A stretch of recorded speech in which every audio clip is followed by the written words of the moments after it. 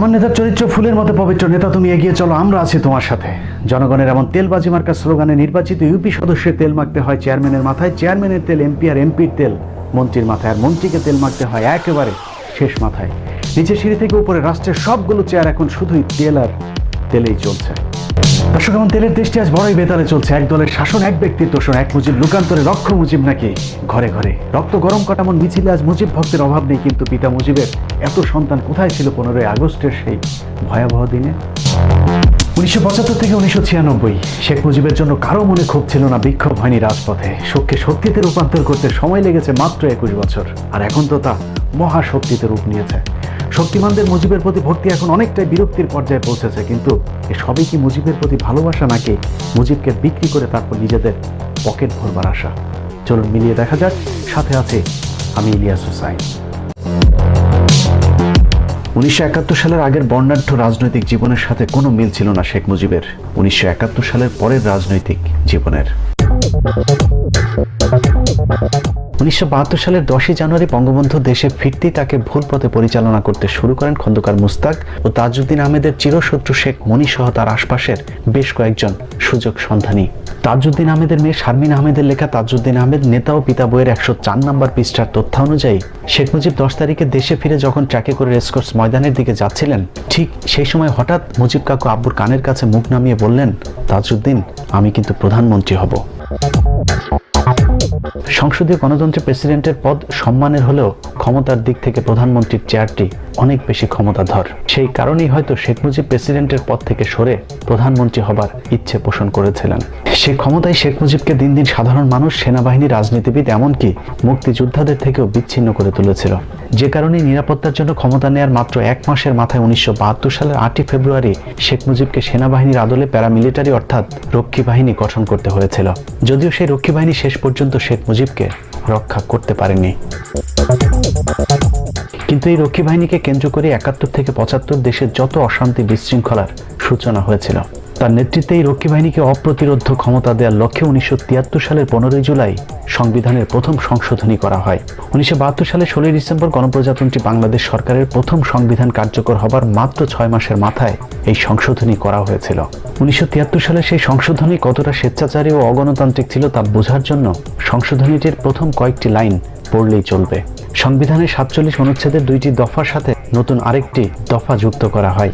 সেই দফাটি ঠিক এরকম: এই সংবিধানে যাহা বলা হয়েছে তাহা সত্ত্বেও গণহত্যাজনিত অপরাধ, মানবতা বিরোধী অপরাধ বা যুদ্ধাপরাধ এবং আন্তর্জাতিক আইনের অধীন অন্য অপরাধের জন্য কোনো সশস্ত্র বাহিনী বা প্রতিরক্ষা বাহিনী বা সহায়ক বাহিনীর সদস্য কিংবা যুদ্ধাবন্দীকে আটক, ফৌজদারিতে সোপর্দ কিংবা দণ্ডদান করবার বিধান সংবলিত কোনো আইন বা আইনের কোনো বিধান এই সংবিধানের কোনো বিধানের সহিত অসামঞ্জস্য বা তাহার পরিপন্থী এই কারণে বাতিল বা বেআইনি বলিয়া গণ্য হইবে না, কিংবা কখনো বাতিল বা বেআইনি হইয়াছে বলিয়া গণ্য হইবে না।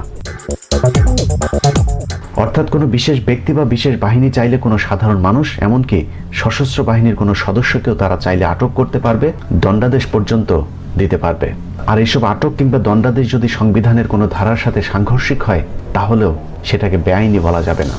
এই দফার পর 73 সেই সংশোধনীতে 47-এর ক নামে নতুন আরেকটি অনুচ্ছেদ সংযুক্ত করা হয়। সেই অনুচ্ছেদে বলা হয়েছে, অর্থাৎ এর মাধ্যমে যাহার উপর 47 অনুচ্ছেদের 3য় দফা প্রযোজ্য হবে তার জন্য সংবিধানের 31, 35 ও 44 অনুচ্ছেদ অকার্যকর করে দেওয়া হলো।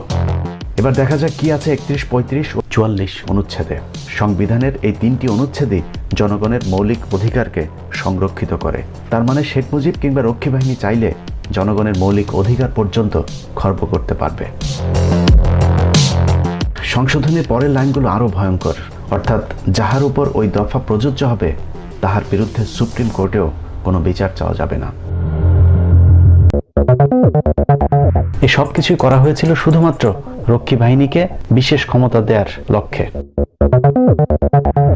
দেশব্যাপী আওয়ামী লীগের দুঃশাসন ও রক্ষী বাহিনীর সন্ত্রাসী কর্মকাণ্ড ঠেকাতে এরই মধ্যে গণতন্ত্রগামী মুক্তিযোদ্ধাদের আরেকটি অংশ 1972 সালের 31 অক্টোবর জাসদ নামে নতুন রাজনৈতিক দল গঠন করে, যে দলটিকে শেখ মুজিব বিরোধী দল না ভেবে শুরু থেকেই নিজের শত্রু হিসাবে বিবেচনা করতে থাকে। সেই সময় ব্যাপক জনপ্রিয় দলটিতে দলে দলে মানুষ যোগ দিতে থাকলে 1973 সালের নির্বাচন শেখ মুজিবকে আতঙ্কিত করে তোলে। 1973 সালে 7 মার্চে সেই নির্বাচনই জাতির সামনে আওয়ামী লীগের নগ্ন চেহারা উন্মোচিত করে। সেই নির্বাচনই সম্ভবত বাংলাদেশের ইতিহাসে সবচাইতে জঘন্যতম প্রহসনের নির্বাচন হয়ে থাকবে। 2018 আর 1973 সালে নির্বাচনের মধ্যে ভোট ডাকাতি, বিরোধী দলীয় প্রার্থীদের গণসংযোগ করতে না দেয়া, প্রতিদ্বন্দ্বী প্রার্থীকে গুম করা সহ বেশ কিছু নাটকীয় মিল পাওয়া যায়।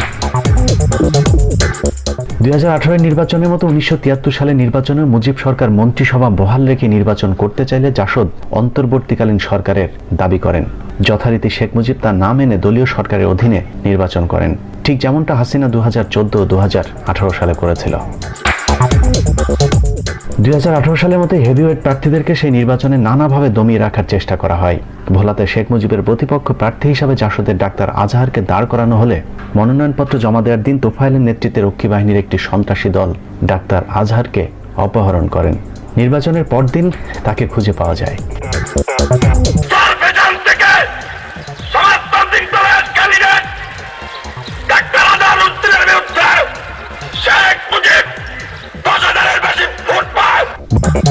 উনিশশো 1973 সালে নির্বাচনের দুদিন পর 9 মার্চ এক সংবাদ সম্মেলনে আসমা আব্দুর রব জানান, বিরোধী দলের প্রার্থীদের পরাজিত হতে বাধ্য করা হয়েছে। এক প্রশ্নের জবাবে আব্দুল জলিল বলেন, তার দলকে পোলিং এজেন্ট দিতে দেওয়া হয়নি, জাল ভোট দেওয়া হয়েছে, সন্ত্রাস সৃষ্টি করা হয়েছে এবং নির্বাচনের ফলাফল ঘোষণায় কারচুপিও করা হয়েছে। নেপের সভাপতি অধ্যাপক মুজাফফর এবং সাধারণ সম্পাদক পঙ্কজ ভট্টাচার্য একটি যুক্ত বিবৃতি দেন।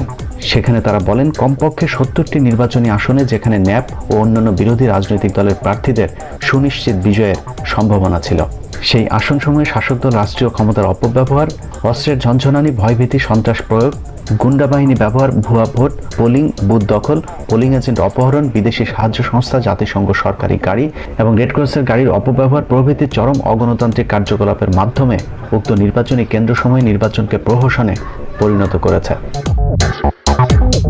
শেখ মুজিবের সিনিয়র রাজনৈতিক সহকর্মী প্রবীণ রাজনীতিবিদ আবুল মনসুর আহমেদ লিখেছেন, রেডিও টেলিভিশনে অপোজিশন নেতাদের বক্তৃতা দূরের কথা, যানবাহনের অভাবে তারা ঠিকমতো প্রচার চালাইতেও পারিলেন না। পক্ষান্তরে প্রধানমন্ত্রী শেখ মুজিব হেলিকপ্টারে দেশময় ঘূর্ণিঝড় ট্যুর করিতে লাগিলেন। নির্বাচনে আওয়ামী লীগ জোর করে 292 আসন নিয়ে সংখ্যাগরিষ্ঠতা পেলেও শেখ মুজিব বুঝতে পেরেছিলেন তার জনপ্রিয়তা তলানিতে ঠেকেছে, যে কারণে 1973 নির্বাচনের পর জাসদকে আর মাঠে দাঁড়াতেই দেওয়া হয়নি। অনেক মুক্তিযোদ্ধার মতে কয়েক হাজার জাসদের নেতাকর্মীকে গুম খুন করেছিল সেই সময়ের তৎকালীন আওয়ামী লীগ সরকার। মুজিব ক্ষমতায় টিকে থাকার জন্য হাজার হাজার রাজনৈতিক কর্মীকে হত্যা করে, জাসদের 10,000 কর্মীকে জেলে রাখে, মোশাররফ হোসেনকে হত্যা করে, সিরাজ শিকদারকে হত্যা করে। ভোট চুরি সে নির্বাচনে জয়লাভের পর আওয়ামী লীগের এমপি মন্ত্রীরা কম্বল, চাউল, রিলিফ চুরির মহা উৎসবে মেতে ওঠেন। বিদেশ থেকে ভিক্ষা করে আমাকে আনতে হয়, আর এই চোরের দল আমার দুঃখী মানুষের সর্বনাশ করে বা লুটতরাজ করে খায়। স্বভাবসুলভ ভঙ্গিতে শেখ মুজিবের এরকম অনেক জ্বালাময়ী বক্তব্যের সাথে তার নীতির ভিন্নতা ছিল, যার প্রমাণ তাজউদ্দিনের মেয়ের লেখা বইতে। তাজউদ্দিন কন্যা শারমিন আহমেদ লিখেছেন, যে স্বপ্ন নিয়ে আব্বু মুক্তিযুদ্ধ পরিচালনা করেছেন সেই স্বপ্ন যেন ভস্ম হতে শুরু হয়েছে। দলের ভেতরেই শুরু হয়েছে দুর্নীতি এবং সেগুলো প্রশ্রয় পাচ্ছে ব্যাপকভাবে। সরকার সেনাবাহিনীকে মোতায়েন করলো দুর্নীতি উচ্ছেদের জন্য। আওয়ামী লীগের এক এমপির বাসা থেকে রিলিফের জিনিসপত্র সেনাবাহিনী উদ্ধারও করলো। ওই এমপি এবং তার মতো দুর্নীতিবাজ অনেকেরই কোনো বিচার হয়নি। আব্বু ঘটনা জেনে হেয়ার রোডের বাড়ি থেকে মুজিব কাকুকে ফোন করে বললেন, সেনাবাহিনী যখন দেশের সম্মানিত আইন প্রণয়নকারীর বাসা থেকে রিলিফ চুরির মাল উদ্ধার করে এবং সেই ব্যক্তি অনায়াসে পার পেয়ে যায়, তখন সরকারের সম্মান কোথায় থাকে? এর ফলে সরকারের উপর জনগণের আস্থা তো আর থাকে না। তারপর তিনি বললেন যে সেনাপ্রধান মেজর জেনারেল শফিউল্লাহ নির্দেশে সেনাবাহিনী হাতে নাতে ধরেছে এইসব দুর্নীতিপরায়ণদের। তারা যখন ছাড়া পেল তার অর্থ কি? তারা নির্দোষ? যদি তাই হয়ে থাকে তাহলে সম্মানিত এমপিকে হেয় করার জন্য সেনাপ্রধানের বিরুদ্ধে পদক্ষেপ নেওয়া উচিত, কারণ একই সঙ্গে দুজন তো আর নির্দোষ হতে পারে না, নিশ্চয়ই একজন দোষী। বাস্তব যখন প্রমাণ করছে যে এমপি দোষী, তখন তার এবং তার মতো সকলের দৃষ্টান্তমূলক বিচার করতে হবে, নতুবা আইনের শাসন বলতে দেশে কিছুই থাকিবে না। মুজিব কাকু বললেন তিনি ব্যাপারটা সুরাহা করবেন, কিন্তু পরে কিছুই হলো না। আব্বু দুঃখ ভরে মন্তব্য করলেন, মুজিব ভাই শেষ পর্যন্ত আর্মিকেও খেপিয়ে দিলেন। বিখ্যাত লেখক হুমায়ুন আহমেদের দেয়াল উপন্যাসেও সেনাবাহিনীকে খেপিয়ে তোলার একটি ঘটনা বর্ণনা করা আছে। সে উপন্যাসে 86 নম্বর পৃষ্ঠাতে উল্লেখ করা হয়েছে, এক নবদম্পতি গাড়িতে করে যাচ্ছিল। দুর্ধর্ষ সন্ত্রাসী মুজাম্মেল দলবল সহ গাড়ি আটক করে। গাড়ির ড্রাইভারও নববিবাহিত তরুণীর স্বামীকে হত্যা করে মেয়েটিকে সবাই মিলে ধর্ষণ করে। মেয়েটির রক্তাক্ত ডেড বডি 3 দিন পর টঙ্গী ব্রিজের নিচে পাওয়া যায়। মেজর নাসেরের হাতে মোজাম্মেল ধরা পড়ার পর মোজাম্মেল বলল, ঝামেলা না করে আমাকে ছেড়ে দিন, আমি আপনাকে 3 লাখ টাকা দেব। বিষয়টা সরকারি পর্যায়ে নেবেন না, স্বয়ং বঙ্গবন্ধুর নির্দেশে আমি ছাড়া পেয়ে যাব, আর আপনি পড়বেন বিপদে। কিন্তু তুচ্ছ বিষয়ে বঙ্গবন্ধুকে জড়াতে চাই না। মেজর নাসের ধর্ষক মোজাম্মেলকে জিজ্ঞেস করলেন, এটা তুচ্ছ বিষয়? মোজাম্মেল জবাব দিল না, উদাস চোখে তাকালো। মেজর নাসের বলেন, আমি অবশ্যই তোমাকে ফাঁসিতে ঝোলাবার ব্যবস্থা করব। তোমার 3 লাখ টাকা তুমি তোমার গুজ্জধারে ঢুকিয়ে রাখো। মোজাম্মেল বলল, দেখা যাক। মোজাম্মেল ছাড়া পেয়ে মেজর নাসেরকে তার বাসায় পাকা কাঁঠাল খাওয়ার নিমন্ত্রণ দিয়েছিলেন ঠাট্টা করে। কিভাবে মোজাম্মেল ছাড়া পেলেন তার ঘটনাও উপন্যাসের ঠিক আগের পৃষ্ঠাটাতে উল্লেখ করা হয়েছে। মোজাম্মেলের বাবা এবং তৎকালীন টঙ্গী আওয়ামী লীগের সভাপতি যখন বঙ্গবন্ধুর বাসায় গেলেন, বঙ্গবন্ধু তাদেরকে জিজ্ঞেস করলেন, ঘটনা কি বলো? টঙ্গী আওয়ামী লীগের সভাপতি বললেন, আমাদের মোজাম্মেল মিথ্যা মামলায় জড়িয়েছে। মেজর নাসের তাকে ধরেছে, নাসের বলেছে 3 লাখ টাকা দিলে ছেড়ে দিবে। বঙ্গবন্ধু জিজ্ঞেস করলো, মিথ্যা মামলাটা কি? মোজাম্মেলের বাবা কাঁদতে কাঁদতে বললেন, খুনের মামলা লাগায় দিয়েছে। টঙ্গী আওয়ামী লীগের সভাপতি বললেন, এই মেজর নাসের আওয়ামী লীগ নামটি শুনতে পারে না। এই কথা শোনার পর বঙ্গবন্ধু বললেন, কান্দিস না, কান্দার মতো কিছু হয় নাই, আমি এখনো বেঁচে আছি, মরে যাই নাই, ব্যবস্থা নিচ্ছে। ব্যবস্থা নিয়ে তিনি বর্তমান মুক্তিযোদ্ধা বিষয়ক মন্ত্রণালয়ের মন্ত্রী মোজাম্মেল ওরফে ধর্ষক মোজাম্মেলকে বাঁচিয়ে দিয়েছিলেন আর খেপিয়ে তুলেছিলেন সেনাবাহিনীকে। জাসদের উত্থান পতন অস্থির সময় রাজনীতি বইয়ের 153 নম্বর পৃষ্ঠায় বলা হয়েছে, শেখ মুজিব তার পরিবারের কিছু সদস্যকে নিয়ে বিপাকে ছিলেন। বিশেষ করে শেখ ফজলুল হক মনি এবং শেখ কামালের কিছু কিছু কাজের ফলে তারা শুধু নিজেরাই বিতর্কিত হননি, এর দায় শেখ মুজিবকেও নিতে হয়েছে। মাঝরাতে এরকম একটা মাইক্রোবাস দ্রুত গতিতে যেতে দেখে পুলিশের সন্দেহ হয় এবং একটা পুলিশের গাড়ি মাইক্রোবাসটিকে ধাওয়া করে। পুলিশের সন্দেহ ছিল এই মাইক্রোবাসে সর্বহারা বা অন্য কোনো দুষ্কৃতিকারী থাকতে পারে। পুলিশের গাড়ি থেকে মাইক্রোবাসে গুলি করা হয়। কামাল গুলিতে গুরুতর আহত হয়। পুলিশ কামালকে শনাক্ত করে ঢাকা মেডিকেলে নিয়ে যায়।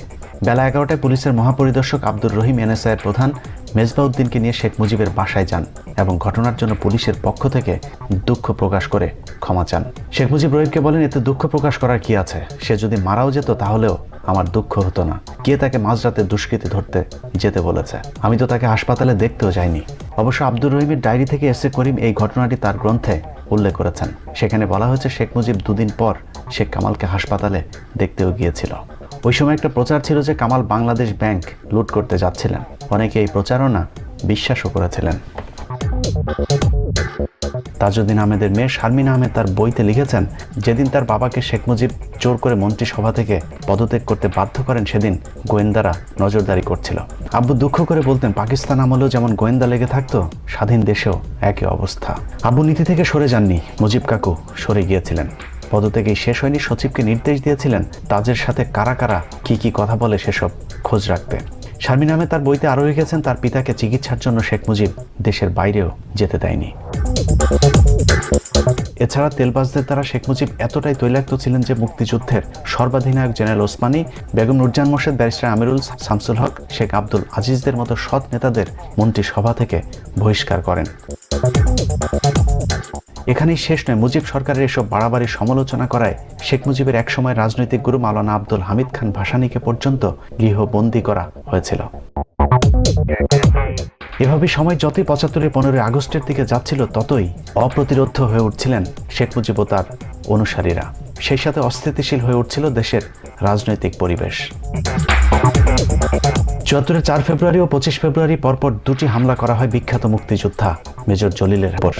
74-এর 3রা এপ্রিল ঢাকা বিশ্ববিদ্যালয়ের মহাসিন হলে টেলিভিশন কক্ষের সামনের করিডোরে 7 জনকে হাত পা বেঁধে ক্রাশ ফায়ার করে হত্যা করে মুজিববাদী ছাত্রলীগ নেতা শফিউল আলম প্রধান। দুঃশাসনের বিরুদ্ধে দেশের বিভিন্ন নাগরিকেরা এক হয়ে বাইতুল মোকাররমের সামনে শেখ মুজিবকে 99টি বিশেষ গালি দেন।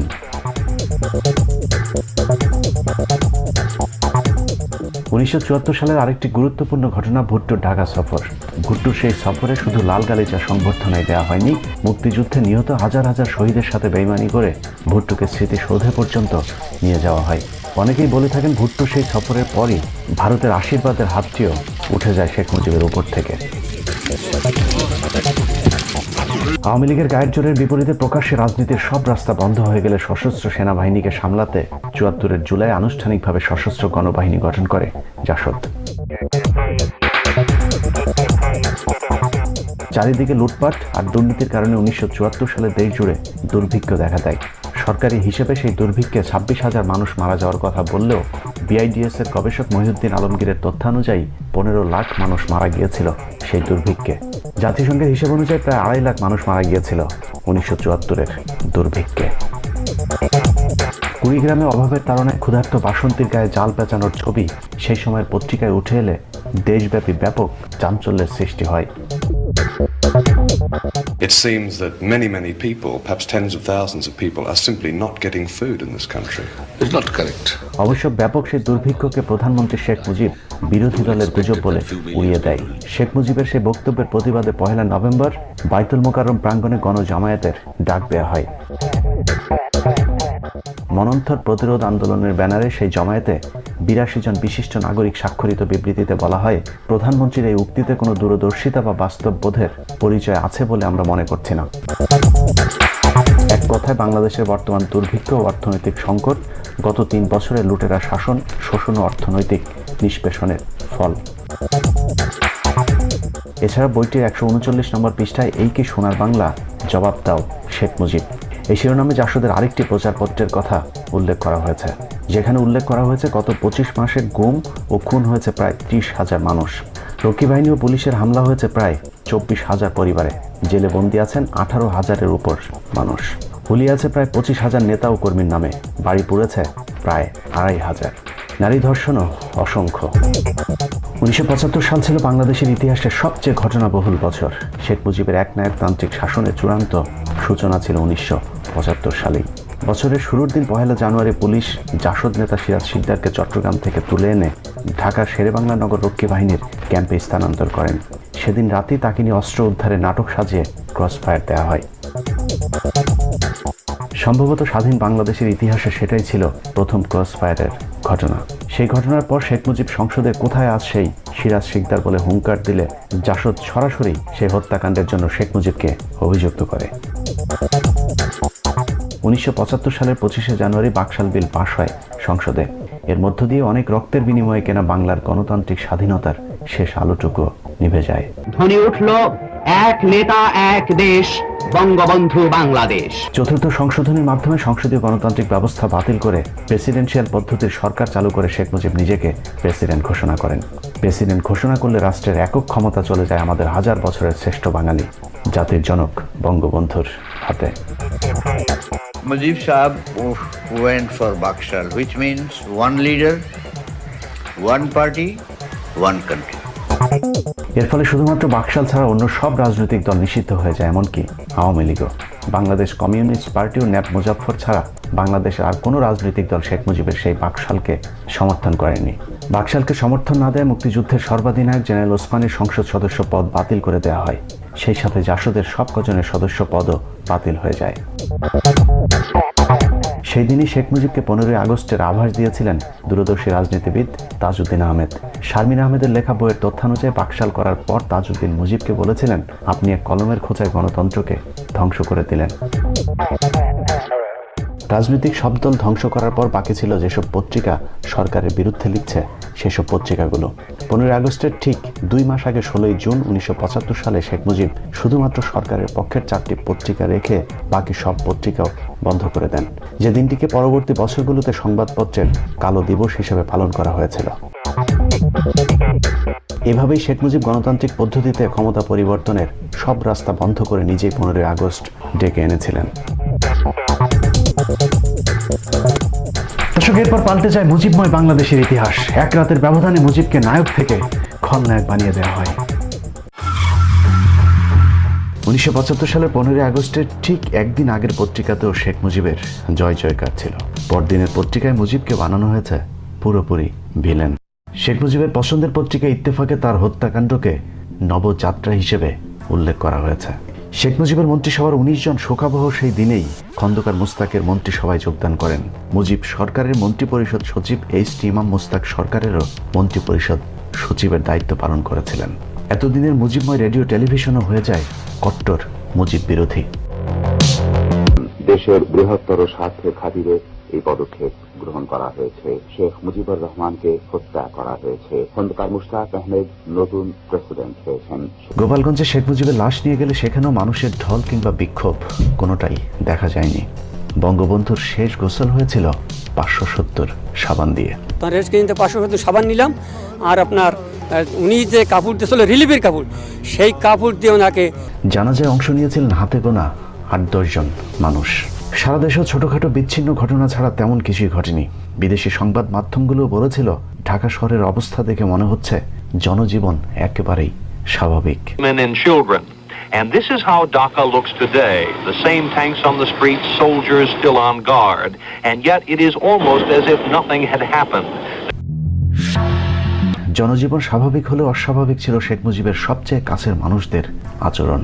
শেখ মুজিবের নিজের হাতে গড়া বাকশালের চেয়ারম্যানের পদটি যাকে দিয়েছিলেন সেই মহিউদ্দিন মুস্তাক সরকারের বিশেষ দূত হয়ে সারা বিশ্বে তার সরকারের সমর্থন আদায়ের দায়িত্ব পালন করেছিলেন। 1949 সালে আওয়ামী লীগ গঠনের দিনের প্রতিষ্ঠাকালীন সভার সভাপতি আতাউর রহমান খান শেখ মুজিবের মৃত্যুকে নাজাত দিবস হিসেবে ঘোষণা করেছিলেন। শেখ মুজিবের সংসদের স্পিকার তখন লন্ডন সফরে ছিলেন। তীব্র বিমানবন্দরে সংক্ষিপ্ত বক্তব্যে স্পিকার আব্দুল মালেক উকিল বলেন, দেশ ফেরাউনের কবল থেকে মুক্তি পেল। দর্শক, আজকের পরিস্থিতি পুরো উল্টো। বঙ্গবন্ধুর নামে সেতু, ভবন থেকে শুরু করে বঙ্গবন্ধু পাবলিক টয়লেট পর্যন্ত নির্মিত হয়েছে। নিজের পিতাকে রেখে অন্যের পিতাকে নিয়ে যেভাবে জাতাজাতি শুরু হয়েছে, সেই ফাঁকে অতিভক্তি যে চোরের লক্ষণ সেটাও ভুলে গেলে চলবে না। এরকম আগলা পিরিতির মুজিব পাগলের সংখ্যা নেহায়েতই কম নয়। নিজের বাবা মা, ভাই বোন, আত্মীয় স্বজনের খবর নেই, অথচ শেখ মুজিব, শেখ হাসিনা ও যুবলীগের প্রতিষ্ঠাতা শেখ মনির নামে গরু কুরবানি দিয়েছেন যুবলীগের এক কেন্দ্রীয় নেতা। এই মাতলামো নাকি তিনি গত 1 যুগ ধরে করছেন। 111-এ শেখ হাসিনার নামে মানত করা গরু গত 11 বছর ধরে কোরবানি দিচ্ছেন আরেক মাতাল। কোরআন হাদিসের আলোকে কেউ আবার শেখ মুজিবকে বানিয়েছেন মুসলমানদের খলিফা। কেউ আবদার করেছেন, ও আল্লাহ, তুমি নবী রাসূল কেন পাঠাইলা আমাদের জাতির পিতা থাকিতে। বুকের মধ্যে সেফটি পিন ঢুকিয়ে কালো ব্যাজ লাগিয়ে কেউ আবার শোক জানিয়েছেন শেখ মুজিবের জন্য। মসজিদের ভেতরে কোনো প্রাণীর ছবি টানানো হারাম, অথচ শেখ মুজিবের ছবি টানিয়ে শোক দিবসের দোয়ার আয়োজন করেছিলেন মুজিব পাগলেরা। পর্যটন প্রতিমন্ত্রী বলেছেন, বাঙালির তীর্থস্থান টুঙ্গিপাড়া। সামনে হয়তো আমাদের মক্কা মদিনার পরিবর্তে টুঙ্গিপাড়াতে হজ করতেও যেতে হতে পারে। প্রত্যেক সূত্রে শেখ হাসিনাকেও এখন ওলিয়া আউলিয়ার কাতারে ফেলার চেষ্টা করছে কেউ কেউ।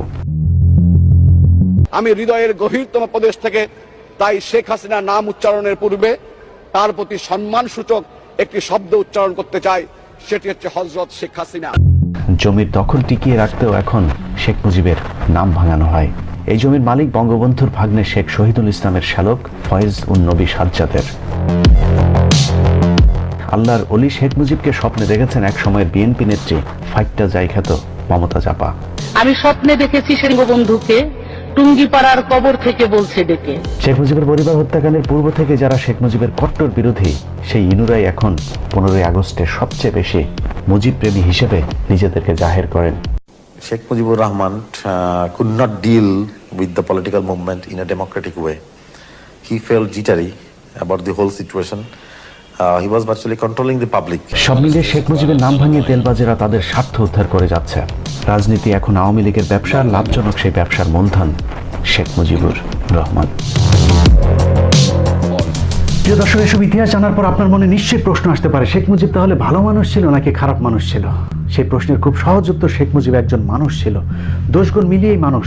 যারা আজকে শেখ মুজিবকে নবী রাসূলের পর্যায়ে নিয়ে যেতে চান, তাদের মতো তেলবাজেরাই শেখ মুজিবকে হত্যা করেছিল।